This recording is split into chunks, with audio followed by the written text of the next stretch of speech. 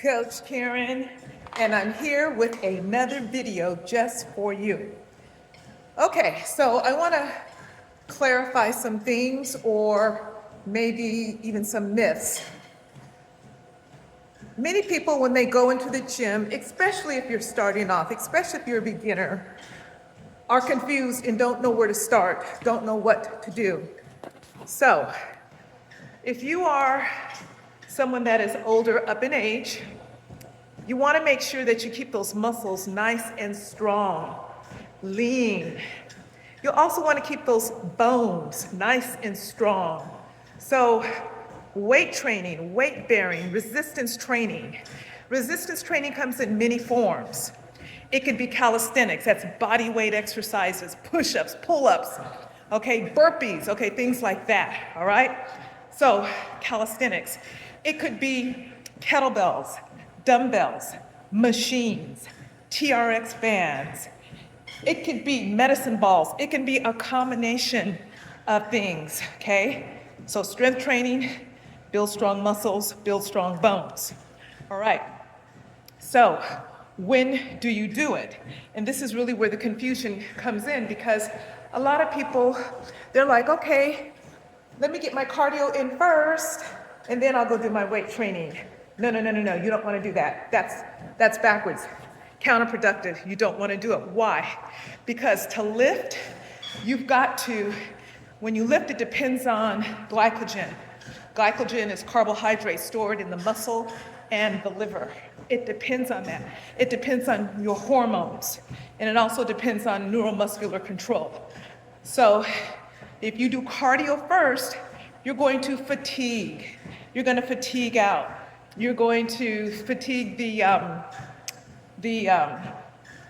neuromuscular couture of your system, and then it's going to be difficult for you to perform the lifting.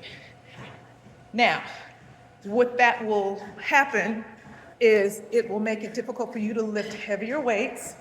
It'll make it difficult for your moves to be explosive and to do them with control. Those are all important, because without control, in good form, you can injure yourself. So you don't want to do that.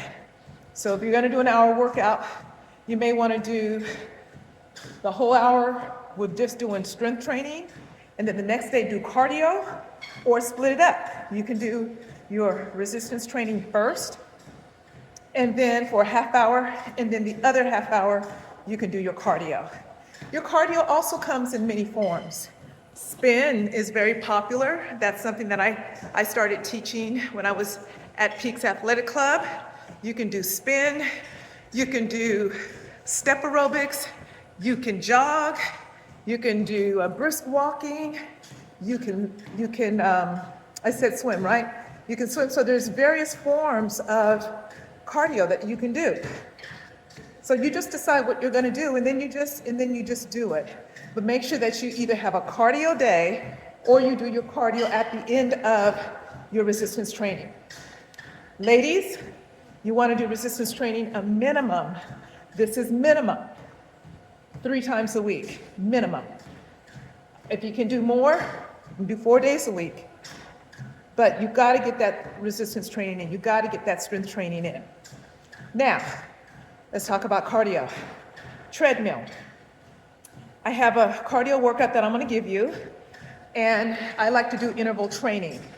And so I'm walking on a treadmill, and what you're going to do is the first 3 minutes, you're just going to walk. You're just going to walk on your treadmill for 3 whole minutes. And you walk at a pace that is not real fast, because the other 3 minutes, you're going to do a brisk walk or you're going to jog. So that depends upon you and where you're at. But if you're just starting off, no worries about jogging. You're just going to do a quick, brisk walk, which is why the first 3 minutes, you're not walking real fast. Now, my speed is on a 3.0. It's on a 3.0 right now. I got about 30 seconds before it's time for me to go to my brisk walk. I typically go from walking, and I usually do my walk at about a 3.5. So I typically go from that, so I'm going to take it to 3.5 now. So I'm usually right here. And then from here, I will go into a jog. And I jog for 3 minutes. And I typically will start with a slow jog. So I'll start about 4.5, and then from there, I'll take it up. And then when I'm done, I end up at a 6. And you want to do this for an entire 3 minutes. So I'm going to slow this down so that you can understand me and so that the camera's not going all over the place. And so you're going to do 5 cycles.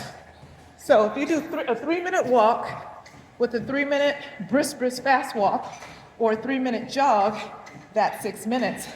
6 times 5 is 30. So you're going to do a total of 30 minutes, and you're going to do 5 cycles. 3 minutes slow, 3 minutes fast, or jog. All right, everyone, this is Coach Karen signing off. Go out and make it a healthy, happy day.